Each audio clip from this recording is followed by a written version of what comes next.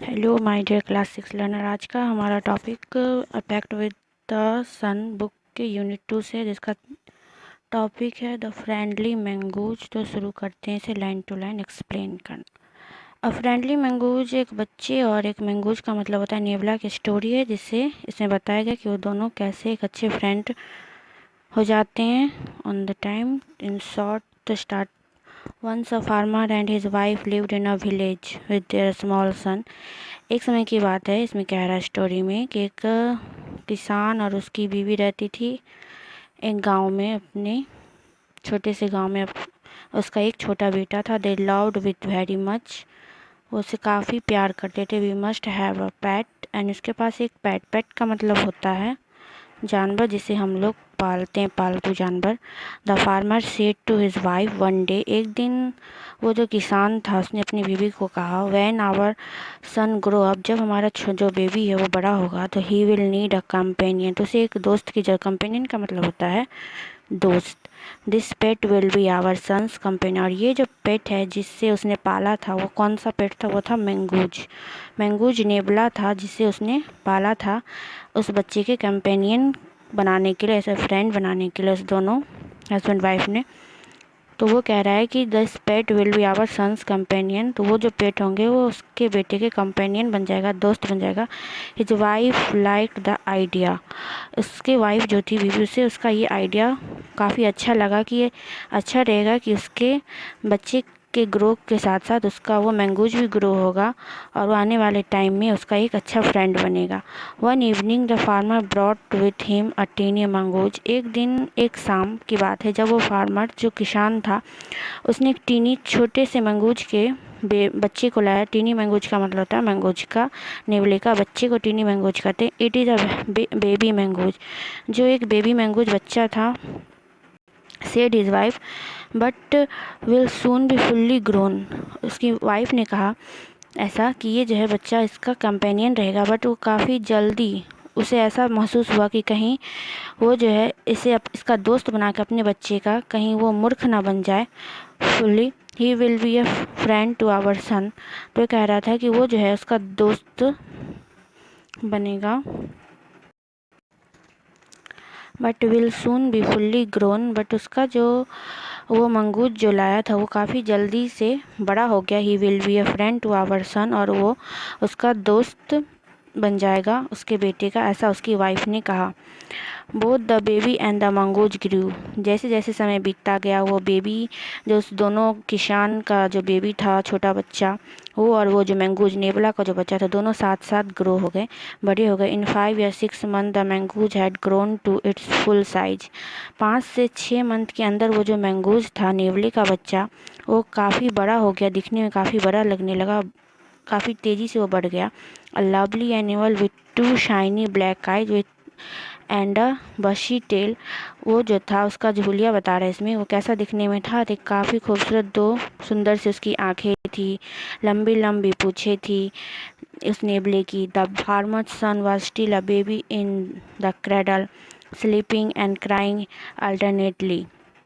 और वो जो उस फार्मर का जो बेटा था, जो छोटा सा बेबी था, वो एक दिन काफ़ी ज़्यादा रोने लगा जब वो सो रहा था। वो पालने, क्रेडल का मतलब होता है पालना। वो जो बेबी था तब पालने के अंदर झूला झूला था और वो सो रहा था, तभी वह अचानक से, अल्टरनेटली का मतलब लगातार, रोने लगा। One day the farmer's wife wanted to go to the market. एक दिन की बात है जब वो फार्मर और उसकी बीवी बाजार को गए। The she fed the baby and rocked him to the sleep in his little cradle. तो वो दोनों अपने बेबी को घर पे ही छोड़ के गए। उस पालने में, क्रेडल का मतलब होता है बच्चे को झूला झुलाने वाला पालना, उसमें अपने बच्चे को छोड़ के गए सोने के लिए। उसे अपने साथ बाजार नहीं लेके गए। Picking up the basket she said to her husband. अपना जो बास्केट का मतलब होता है जिसमें हम लोग सामान वगैरह लाते हैं, वो बास्केट उठाते हुए उसकी जो बीवी थी उसने कहा अपने पति से, आई एम ऑफ द बाजार, द बेबी इज स्लीपिंग। कि अब हमारा बाजार, कि हमारा बेबी जो है अब सो रहा है। Keep an eye on him frankly, I don't like to leave the child alone with the mongoose. तो वो कह रही थी कि हमें अब बाज़ार चलना चाहिए, पर मुझे अपने सोते हुए बच्चे को अकेले घर पे छोड़ने का, उस मैंगूज़ के ऊपर छोड़ने का दिल नहीं कर रहा। मुझे ऐसा मन कर रहा है कि मैं इसे अपने साथ ले जाऊँ, ना कि इसे अकेले उस मैंगूज़ के ऊपर छोड़ के जाऊँ। You need not be afraid, said the farmer. तभी उसका हस्बैंड जो किसान था वो कहता है कि तुम्हें भयभीत होने की ज़रूरत नहीं है प्रिय। The mongoose is a friendly animal. जो मंगूज है जिसे हमने पाला है बचपन से अपने बच्चे के कंपेनियन के रूप में, वो एक फ्रेंडली एनिमल है, काफ़ी दोस्ताना तरीके से रहने वाला। वो उसकी काफ़ी अच्छे से देखभाल करेगा, इसलिए हमें चिंता करने की कोई बात नहीं। हम इसे इसके ऊपर छोड़कर, मैंगूज के ऊपर छोड़कर हम दोनों बाजार करने जा सकते हैं। It is as sweet as our baby. वो उतना ही सुंदर और इतना ही प्यारा जितना कि हमारा बेबी है, ऐसा ही तुम उसे समझो। And they are the best of the friend you know. तुम जानती हो कि वो कितना अच्छा उसका दोस्त है हमारे बेबी का, फिर भी तुम इतना भयभीत हो रही हो। तुम्हें चिंता करने की ज़रूरत नहीं है, ऐसा वो उसका हस्बैंड कहता है। The wife went away. और उसके बाद उसकी बीवी वहाँ से चली जाती है। And the farmer having nothing to do in the house. और उस घर में अब ना तो वो फार्मर किसान है, ना ही उसकी बीवी है। वो जो बच्चा अकेले है उस घर में, सिर्फ उस मैंगूज के साथ। Decided to go out. और वो लोग अब डिसाइड करते हैं कि वो जाएंगे market and take a look at his field not far away. He ran into some friend on the way back and didn't return for quite some time। और वो दोनों एक साथ बाज़ार चले जाते हैं और उससे बाज़ार करने में काफ़ी समय लग जाता है। वो लोग तुरंत बाज़ार से बैक नहीं होते, रिटर्न नहीं होते हैं, उन्हें काफ़ी समय लग जाता है, not quite some time.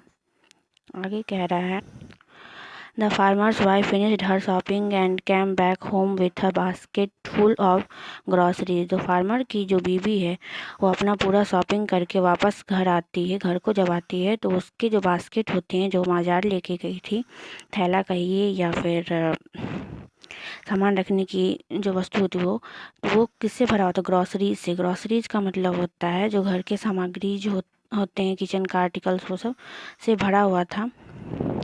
She saw the mongoose sitting outside as if waiting for her।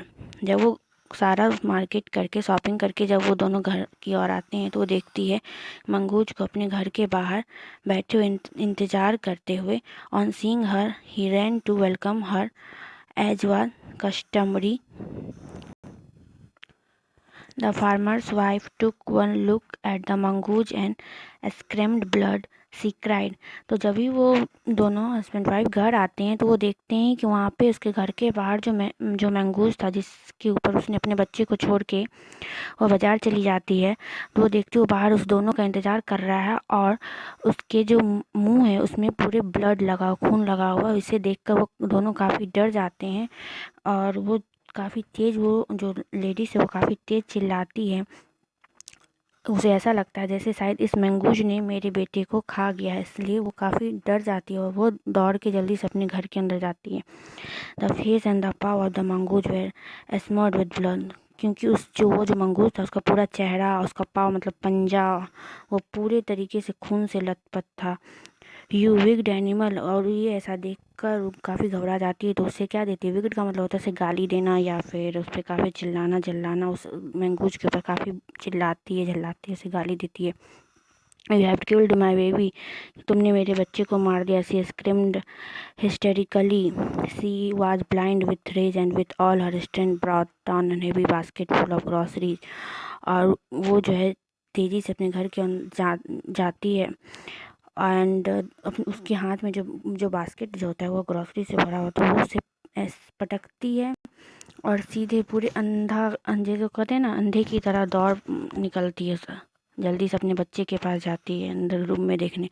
On the blood smeared mongoose and ran inside to child cradles.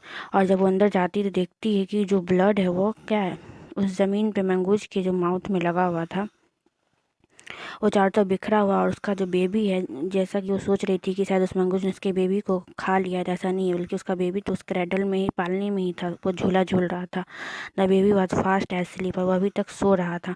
But on the floor ले अ black snake torn and bleeding. पर उसने जब नीचे ध्यान से देखा तो उस जहाँ पे वो बेबी था उसके नीचे जो फ्लोर ज़मीन थी उस पर एक काला रंग का सांप जो कि पूरे खून से लथपथ पड़ा हुआ था, चारों तरफ खून बह रहे थे। In a flash she realised what had happened. तभी उसे तुरंत ही एहसास हो गया कि इस घर में क्या हुआ था एग्जैक्टली। जब जैसा कि उसने सोचा था वैसा नहीं हुआ, बल्कि एग्जैक्टली उस घर में उस मंगूज जो था उसने उस बच्चे को बचाने के लिए उस सांप की हत्या की थी, ना कि उस बच्चे की हत्या की थी। उसे उस फार्मर की जो बीवी थी उसे वह एहसास हुआ। She ran out looking for the mongoose. और तभी वो जो है जल्दी से बाहर आती है उस मैंगोज को ढूंढने के लिए। Oh you saved my child you killed the snake. और वो बाहर आती है तो उस मैंगोज को कहती है, ओ डियर मंगूज, नेवले को, कि तुमने मेरी बेटे की जान बचाई और उसके लिए तुमने उस सांप को मार दिया।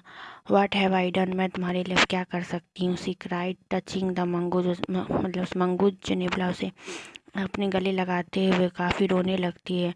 Who lay dead and still unaware of the her sobbing, the farmer's wife who had acted hastily and rashly stared long at the dead mangoes। तो आगे कह रहा है कि जब फार्मर की वाइफ जो है वह बाहर आती है उस मैंगूज से माफ़ी मांगने के लिए कि उसने उसे काफ़ी गलत समझा कि उसकी वजह से उसका बीबी मर गया, बट एग्जैक्टली ऐसा नहीं हुआ था, बल्कि उसने तो उसके बच्चे की जान बचाई थी और उस सांप को मार दिया था। तभी लेकिन जब वो आती है तब तक वो जो नेवला रहता है वो मर चुका होता है, क्योंकि उसे ऐसा लगता है कि उसकी मालकिन ने उसे काफ़ी गलत समझा उसे, और वो अपना जो है जान दे देता है। ऐसा देख के उसकी वाइफ काफ़ी रोने लगती है, उस मैंगोज को गले लगाती है और काफ़ी जो अपने किए पे काफ़ी उसे पछतावा आता है कि उसकी वजह से आज ये मंगूज जो है वो मर गया। वो काफ़ी ज़ोरों से चीखने चिल्लाने लगती है। Then she hear the baby crying. उसके बाद तभी उसे अपनी बच्ची की आवाज़ सुनाई देती है, एंड वीपिंग हर टीयर्स, जो काफ़ी ज़ोरों से रो रहा था। She went in to feed him. और वो फिर चली जाती है उसे फीड कराने। फीड का मतलब होता है दूध पिलाने चली जाती है। तो आई थिंक इसका लेसन था कि हमें किसी को भी एक झटके में गलत नहीं समझना चाहिए, काफ़ी सोच समझ के हमें अपना कोई भी डिसीजन लेना चाहिए, अदरवाइज़ नहीं तो यहाँ पे स्नेक की जो जान ली थी उस मैंगूज ने, क्योंकि वो उस बच्चे को बचाना था, लेकिन यहाँ पे उसकी वाइफ ने उसे गलत समझा, जिसकी वजह से उसे काफ़ी रिपेंट हुआ और वो मैंगूज ने अपनी जान दे दी। तो ऐसी गलती अक्सर इंसान से होती जो नहीं होनी चाहिए। तो आई होप आप लोग को समझ में आया हो। Don't forget to like, share and subscribe. For any query, comment in box. Thank you so much for watching video.